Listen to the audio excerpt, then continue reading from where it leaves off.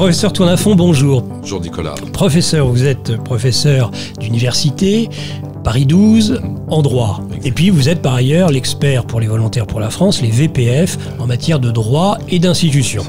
Et nous aimerions aujourd'hui, cher professeur, que vous nous parliez de ce que vous considérez être la responsabilité du gouvernement, à la fois dans la crise de la pandémie et du confinement. Oui, alors cher Nicolas, évidemment, cette responsabilité est clairement engagée à tout point de vue.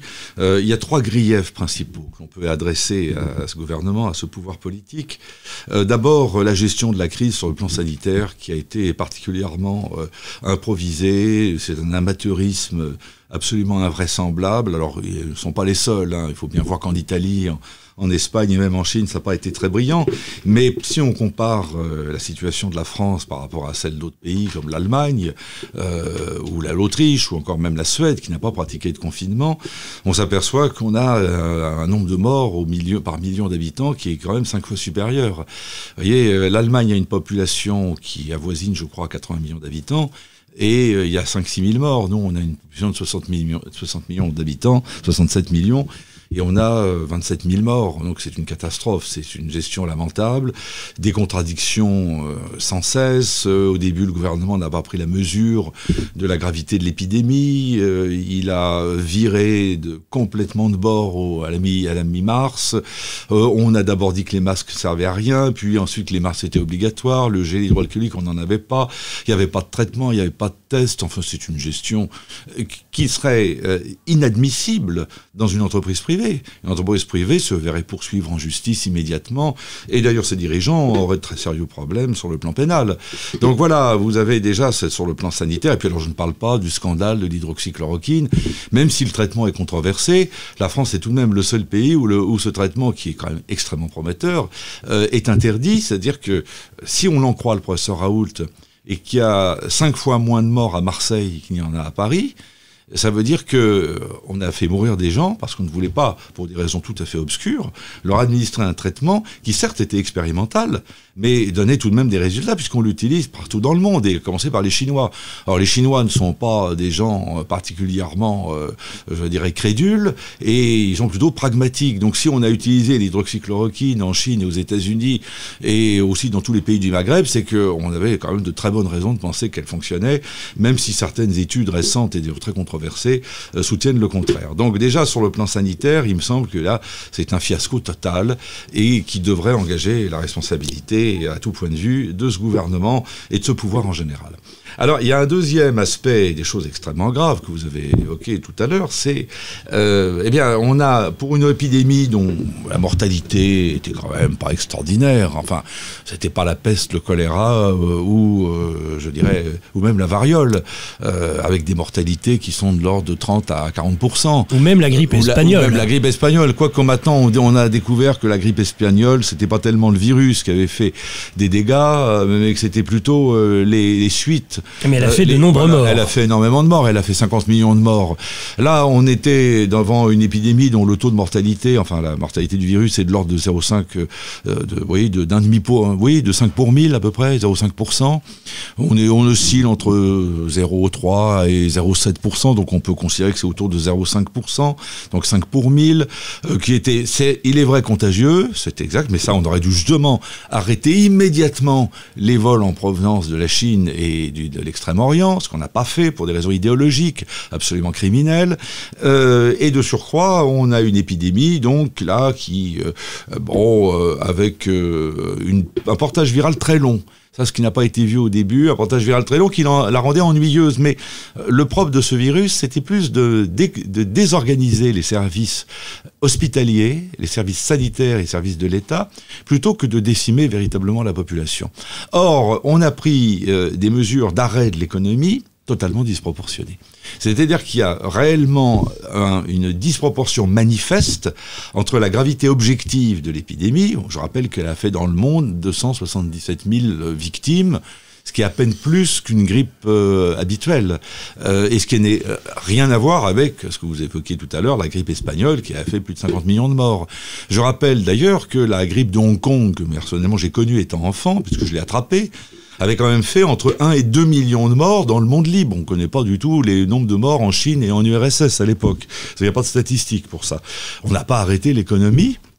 Quand il y a eu, par exemple, en décembre 1969, 35 000 morts en France. Il y en a eu 50 000 en Angleterre, en décembre 69. 35 000 en France. On n'a pas vu le gouvernement de Georges Pompidou interdire aux gens d'ouvrir leurs restaurants.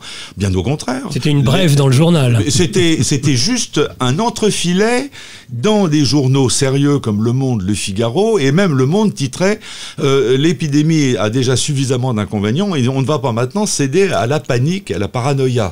Il faut savoir raison garder. Ça, c'était dans Le Monde du 27 décembre 1969. Il y avait quand même 35 000 morts. Sauf qu'à l'époque, d'abord, on n'avait pas les comptages qu'on a aujourd'hui, il n'y avait pas l'information en temps réel, et puis on l'a su que beaucoup plus tard. Il a fallu faire marcher les cartes perforées, les vieux ordinateurs de l'époque, pour se rendre compte, vers 1970, qu'on avait eu quand même une sacrée mortalité de 1 à plusieurs millions de victimes dans le monde. Or, pour une épidémie, là, on peut dire qu'il dépasse à peine le niveau de la mer, on prend, comme l'a dit très bien le professeur Raoult, des mesures dignes de la guerre atomique. Enfin, c'est pas sérieux. Et là, il y a quand même une responsabilité de ces équipes gouvernementales qui précipitent une crise économique alors qu'on aurait très bien pu, par des mesures modérées, appropriées, avec discernement, mettre de côté les gens malades, les personnes à risque, confiner juste les personnes qui méritaient de l'être, personnes âgées, personnes contagieuses, oui, mais des moyens adaptés à notre époque. On n'est plus au 19e siècle, on était au 20e siècle quand même. Bien. Alors ça, c'est le deuxième volet qui est catastrophique aussi, parce que les conséquences de la crise économique risquent d'être beaucoup plus mortelles que les conséquences du virus lui-même. Moi, on me dit toujours, ah, mais la mortalité du virus, mais je dis, mais oui, et la mortalité de la crise de 1929, est-ce que vous l'avez calculée? Elle est sacrément plus importante que celle du virus. La mortalité d'une crise économique risque d'être bien pire que celle d'une épidémie, alors qui a fait peur, parce qu'on ne savait pas quelle était l'origine du virus. Mais là encore, responsabilité indiscutable à mes yeux.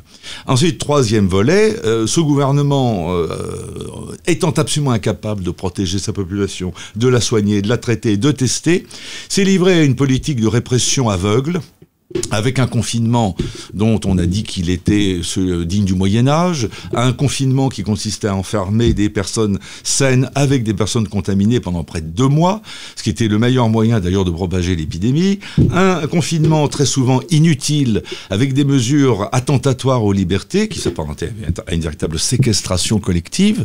Alors, je comprends que l'on ait fait attention aux endroits comme les dancing, les bars, les restaurants, où une contamination peut effectivement avoir lieu, et même le métro ou les transports en commun. Mais je ne comprends pas l'intérêt d'avoir persécuté les malheureux promeneurs qui allaient se promener sur des plages désertes, des espaces naturels. On a mobilisé des hélicoptères de la gendarmerie, la police nationale pour verbaliser. Des drones. Des drones, bientôt des satellites, pourquoi pas, pour verbaliser des personnes qui ne risquaient ni d'être contaminées, ni de contaminer qui que ce soit. Pareil dans la forêt de Fontainebleau, où des équipes motocyclistes de la gendarmerie écumaient le massif, je ne dirais pas jour et nuit, parce que la nuit, justement, il n'y avait personne, mais en tout cas dans la journée, aux heures ouvrables, pour chercher d'hypothétiques promeneurs qui, de toute manière, n'auraient contaminé personne. Les brigades fluviales aussi. Les brigades fluviales. J'ai vu passer, par exemple, moi qui suis en bord de Seine, des vedettes de la police, avec des gens armés, mauvais, regardant à la jumelle ce qui se passait, pour voir si par quelqu'un était en bord de Seine, en train de se promener, puisque tous les bords de Seine, tous les bords de rivière étaient interdits. Bon, pareil pour les massifs de montagne. On a capturé des gens dans le massif du Mont Blanc qui faisaient de l'escalade, qui étaient seuls. Est-ce qu'on pensait qu'ils allaient contaminer les glaciers? Enfin, tout ça, c'est pas sérieux. On a eu l'impression que, en fait, le gouvernement étant incapable de régler la crise sur le plan sanitaire et politique, se livrait à ce que j'ai appelé la politique de Montezuma, le dernier empereur aztèque, qui, pour empêcher l'arrivée des conquistadors, qui étaient quelques centaines, s'est contenté d'organiser des sacrifices humains en très grande quantité pour apaiser les dieux, et c'est une sorte de régression dans l'art de la gouvernance, une espèce de volonté de brimer, de menacer sa population, très malsaine, de mettre au pas la population, de la séquestrer. Alors la séquestration arbitraire, parce que c'est de ça qu'il s'agit, c'est une infraction excessivement grave. C'est un crime, la séquestration arbitraire. Et là, on a séquestré de manière arbitraire 67 millions de personnes. On a la preuve qu'il n'était pas nécessaire de le faire, puisqu'en Allemagne, où il y a eu un confinement infiniment plus léger et aucune interdiction de sortir dans les espaces publics, en Suède, pas de confinement du tout, moins de victimes. Donc, il est évident que ce gouvernement, mais d'ailleurs le gouvernement français n'est peut-être pas le seul, hein. En Espagne, en Italie, ça n'a pas été plus brillant, il faut bien le reconnaître. Et en Belgique non plus, et au Royaume-Uni, c'est pas terrible. Mais en tout cas, le gouvernement français fait partie des lanternes rouges du monde entier. Et encore une fois, ce serait une entreprise. Tous ces gens auraient été évidemment mis à pied immédiatement, et leur responsabilité civile et pénale serait engagée devant les tribunaux. Le problème, c'est que là, c'est l'État lui-même qui a défailli. Et l'État est jugé parti. L'État ne va pas facilement reconnaître la responsabilité de ceux qui le dirigent et de ses agents. Alors, il y a deux types de responsabilités qu'il faut évoquer. Il y a d'abord, ce qu'on vient de dire à l'instant, c'est donc une possible responsabilité juridique, qui est aussi bien pénale que civile. Et puis, il y a une responsabilité politique. Alors, la responsabilité juridique est théoriquement possible, et on pense d'ailleurs à l'affaire du sang contaminé, puisque dans cette affaire-là, on avait poursuivi un certain nombre de ministres et de hauts fonctionnaires qui avaient manqué à leur obligation de diligence, et il y a eu parfois des sanctions graves, notamment contre le fameux docteur Barretta, je crois. Bon, beaucoup, même Laurent Fabius s'est passé pas très loin de la condamnation. Il y a eu quand même des poursuites. Mais là, on est en présence d'un phénomène de bien plus grande envergure, où énormément d'États mondiaux sont impliqués, ont tous commis des erreurs, et je pense que la responsabilité pénale, on commence par celle-ci, va être assez difficile à engager. Alors d'abord, il va falloir trouver un tribunal compétent, et c'est pas évident. Les juridictions de droit commun, bien sûr, pourraient être saisies, notamment les tribunaux correctionnels et les cours d'assises, parce qu'il y a des délits, il y a des infractions très graves. Alors, mise en danger de la vie d'autrui, par exemple, homicide par imprudence, je pense à l'affaire du Rivotril en particulier. On sait qu'on a injecté en quantité du Rivotril chez des personnes âgées. Dans les EHPAD. Dans les EHPAD en particulier, parce qu'on n'était plus en mesure de les soigner, et tout le monde a fait observer que c'était finalement une forme d'euthanasie. Et là, on peut se demander s'ils ne sont pas des homicides. Donc, toutes ces infractions existent. Il faut quand même les rattacher à des incriminations pénales existantes, mais la difficulté va être de trouver un tribunal et de trouver aussi des juges qui auront suffisamment d'indépendance pour se déclarer compétents et pour diligenter une véritable procédure, parce que quand même, encore une fois, même si on nous parle de séparation des pouvoirs, c'est quand même l'État français qui contrôle la magistrature, qu'on le veuille ou non. Et on sait très bien qu'il y a des pressions. Alors moi, je vous avoue qu'en plus, il y aura des immunités parlementaires qui seront bien sûr immédiatement dressées pour empêcher toute poursuite, et j'en songe notamment au président de la République, mais aussi aux députés et à un certain nombre de ministres qui vont faire obstacle à cette responsabilité, et je vois pas comment on pourrait faire lever ces immunités. Vous aurez d'autres formes d'immunité. Il y a en particulier en avril une disposition qui a été prise pour mettre à l'abri les maires de toute poursuite éventuelle pour une contamination par le coronavirus. Donc il y a toutes sortes d'immunités.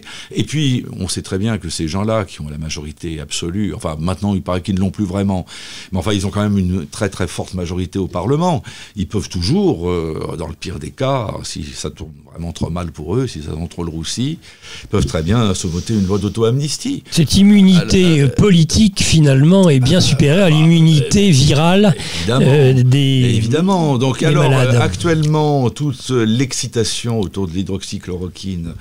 Et pourquoi est-ce que le gouvernement français, alors que c'est un traitement français, que c'est la science française, et qu'on est les leaders dans le monde, pourquoi est-ce que le gouvernement français s'acharne contre le professeur Raoult, dont la compétence ne peut pas être mise en question? Bien, c'est tout simplement parce que si on admet officiellement que l'hydroxychloroquine aurait pu sauver énormément de vies, ça veut dire que là, il y a eu un homicide par imprudence. Et ça veut dire qu'il y a eu mise en danger de la vie d'autrui. C'est-à-dire que là, l'infraction est considérée. Donc évidemment, ces gens-là ne peuvent pas admettre qu'on va pouvoir engager leur responsabilité. Donc il faut démontré par tous les moyens possibles deux choses. D'une part, c'est que le traitement par l'hydroxychloroquine ne servait à rien. D'autre part, c'est qu'ils ont fait pour le mieux et qu'ils n'ont pas fait plus mal qu'en Italie, en Espagne, en Belgique ou au Royaume-Uni.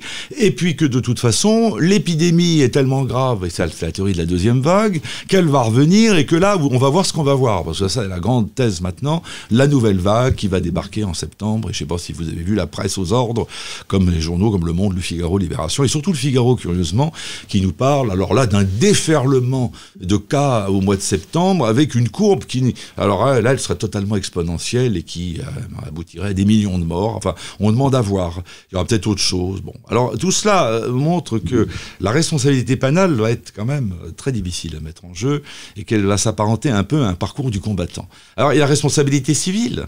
La responsabilité civile, on pourrait aussi simplement demander des dommages et intérêts pour le dommage causé aux victimes. Par exemple, les familles dont les parents sont morts à cause du Rivotril, les manques de précaution, les manques de protection. Mais c'est la même chose. Il faut caractériser une faute. Nous sommes en matière de droit commun. Il faut que le juge admette qu'il y a une faute. Or, comme beaucoup de gouvernements en Occident sont tombés dans cette sorte de folie collective, le juge va dire mais non, le gouvernement français, les hauts fonctionnaires, les représentants de l'État n'ont pas fait plus mal qu'en Belgique, au Royaume-Uni, en Italie, en Chine, en Espagne, on ne savait pas, c'était très grave, ils ont fait de leur mieux, on ne peut rien leur reprocher.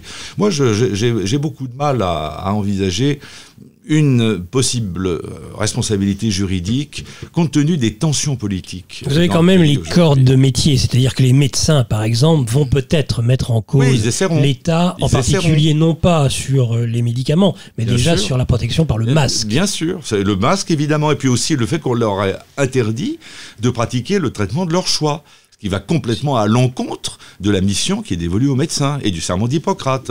On pourra, mais encore une fois, nous allons tomber dans des procès qui ne seront plus des procès juridiques, mais des procès politiques. Et il y a une telle énormité des enjeux, à la fois politiques et financiers et économiques, que je vois mal des juges nationaux soumis malgré tout au ministère de la Justice, avoir suffisamment d'indépendance, peut-être que je me trompe, ça sera une bonne surprise à ce moment-là, avoir suffisamment d'indépendance pour tenir tête au pouvoir. Moi, je ne le vois pas. Peut-être que ça arrivera. En tout cas, les décisions du Conseil d'État, sauf à une ou deux exceptions près, n'ont pas démontré cette grande indépendance. Sauf pour les cultes, où là, il y avait une telle... Sauf pour le culte musulman. Oui, mais il y avait aussi le culte catholique. Pour la fin du Ramadan. Là, il y avait une telle discrimination à l'endroit des chrétiens que là, le Conseil d'État a montré en effet que le gouvernement allait trop loin. Bien. Alors, ce qui nous amène finalement à la responsabilité politique, parce que c'est ça, là, en fait, qu'il faut rechercher. La responsabilité politique est beaucoup plus avantageuse parce qu'elle vous permet déjà, si on fait partir les gens qui sont au pouvoir, eh bien là de les juger cette fois-ci, parce qu'ils ne seront plus là pour interférer avec la justice, par définition. Donc il faut que ces gens débarrassent le plancher, je suis désolé. Et comment les faire partir ? Alors, comment ? Alors ça, c'est une bonne question, merci de l'avoir posée. Alors, il y a des moyens constitutionnels et il y a des moyens qui ne le sont pas. Alors, on commence par les moyens constitutionnels, puisqu'on est tous dans un état de droit. Alors, il y a un moyen très simple qui est à la portée de tout le monde, ça s'appelle l'élection. Il y a encore, dans ce pays, qui n'est pas encore arrivé au stade du Venezuela, et même si la dérive vénézuélienne est visible en France, il y a une possibilité de voter, et de voter pour des partis autres que ceux qui sont au pouvoir. Bon, je donne pas de conseils à nos adhérents qui feront voter pour qui ils veulent, mais on n'est pas obligé de voter pour la République en marche ou la République en panne, comme je l'appelle. On peut voter pour des partis un peu de contestation. Alors bon, après chacun fait comme il l'entend, je ne veux pas donner d'instructions à nos adhérents, mais on n'est pas obligé de voter toujours pour des personnes qu'on estime être des escrocs et des criminels et qui dirigent le pays avec les résultats que l'on connaît depuis quand même plusieurs dizaines d'années. Mais l'ennui, c'est que là, je m'aperçois qu'il y a quand même une forme de complicité des Français. Alors c'est vrai qu'il y a eu les Gilets jaunes, c'est vrai qu'il y a eu des mouvements, je dirais, à caractère déjà insurrectionnel qui montraient un très fort mécontentement. Mais quand vous regardez les résultats des élections, la prise de conscience n'a pas encore eu lieu. Il y a encore, et surtout dans la classe bourgeoise et dans la classe dirigeante, un conformisme, et plus que ça, une complicité objective. Moi qui suis, je dirais, aux fonctionnaires, et qui vois autour de moi les réactions de mon milieu socio-professionnel, qui est la classe dirigeante, eh bien, c'est souvent la crainte, voire la lâcheté, la complaisance et le ricanement en disant « Oh, de toute façon, les autres seraient pires encore ». Alors si vous partez de ce principe, ça va très mal, mais le reste est pire encore, à ce moment-là, c'est même plus la peine de se battre. On attend la suite, et puis après, faudra pas vous plaindre. Je pense toujours à une phrase, je suis pas un admirateur de Che Guevara, puisque j'ai toujours combattu le communisme, mais le Che Guevara a quand même dit une chose très juste, il dit « Celui qui n'est pas capable de se révolter n'a pas le droit de se plaindre ». Eh bien oui, enfin, il y a moins des choses quand même. Et alors, se révolter, on leur demande pas d'aller se faire tuer sur les barricades. On leur demande de ne plus voter pour eux. C'est quand même pas très compliqué. Mais apparemment, il y a une espèce de déclic psychologique, de peur devant le saut dans l'inconnu, qui à chaque fois retient une partie des Français. Un déclic psychologique qui ne se fait pas. Le déclic, oui, ou alors il y a un blocage psychologique qui empêche le déclic, qui permettrait d'assainir considérablement la situation politique de ce pays, qui est parfaitement délétère, avec une sorte de parti unique. Alors, ce que je crains, je vous parlais du Venezuela, je crains une dérive de type Maduro, une dérive vénézuélienne, une sorte de parti incompétent et corrompu qui est au pouvoir et qui dirige avec des moyens toujours plus dictatoriaux, et je pense notamment à la loi Avia, je pense au contrôle d'Internet, je pense à ce qui est arrivé à l'endroit des Gilets jaunes. Est-ce qu'un jour on va voir la police et la gendarmerie tirer à la mitraillette ou la mitrailleuse dans la foule, comme on l'a vu au Venezuela? Au Venezuela, vous avez une situation absolument scandaleuse, où vous avez un minable absolu qui s'appelle Maduro, qui est une sorte de dictateur au petit pied, qui se maintient par des procédures prétendument démocratiques, mais totalement falsifiées. Et quand il y a des manifestations, genre Gilets jaunes, il fait tirer sur la foule. La population est privée de soins, elle est en dessous du seuil de pauvreté, elle n'a plus aucun droit politique, tout est contrôlé, c'est un État quasi totalitaire, et ça va tellement loin que le président Trump a fait mettre à prix la tête de Maduro. Pour 32 millions de dollars. Vous voyez, Nicolas, si vous avez envie d'arrondir vos fins de mois, il n'a plus qu'à aller arrêter Maduro et le déférer au FBI ou à la CIA. On va se concentrer sur notre pays. Mais pour le moment, on commence déjà avec la France. Alors, si on ne veut pas tomber dans cette dérive à la vénézuélienne, dont je rappelle que le Venezuela est un pays immensément riche grâce au pétrole, eh bien, il va peut-être falloir enfin se réveiller. Parce que si on ne se réveille pas, si on n'utilise pas les moyens constitutionnels qui sont à la portée de tout le monde, de tout un chacun, on passe après aux moyens anticonstitutionnels. Alors je les rappelle qu'il y en a deux dans l'histoire, qui ont toujours existé. Il y a la Révolution et le coup d'État. Alors les révolutions, on sait comment elles commencent, on ne sait jamais comment elles finissent, et on ne sait pas jamais combien de temps elles durent. Et souvent elles font des millions de morts et c'est des bains de sang. Quant au coup d'État, il faut que l'armée prenne le pouvoir. Alors après, ça veut dire que c'est une dérive totale de l'état de droit, ça veut dire que l'armée est impliquée politiquement, ça veut dire le pouvoir demande à l'armée de tirer sur la foule qu'elle ne veut plus, donc elle fait un coup d'État, mais alors vous imaginez la crise que ça représente, le bain de sang. Donc maintenant il appartient à chaque patriote de faire son devoir. Voilà, c'est ça la conclusion. Vous ne développez pas, vous êtes un spécialiste de philosophie du droit, c'est la notion évidemment de tyrannicide qui se trouve... Évidemment.